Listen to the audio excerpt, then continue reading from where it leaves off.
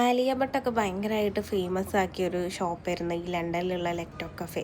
അങ്ങനെ ഇവിടുന്ന് കേക്ക് കഴിച്ചു നോക്കണം എന്നൊരു ആഗ്രഹം ഉണ്ടായിരുന്നു. ഞങ്ങൾ രണ്ടുപേരും കൂടെ വന്ന് കുറേ ഐറ്റംസ് ഒക്കെ ഉണ്ട് കേട്ടോ.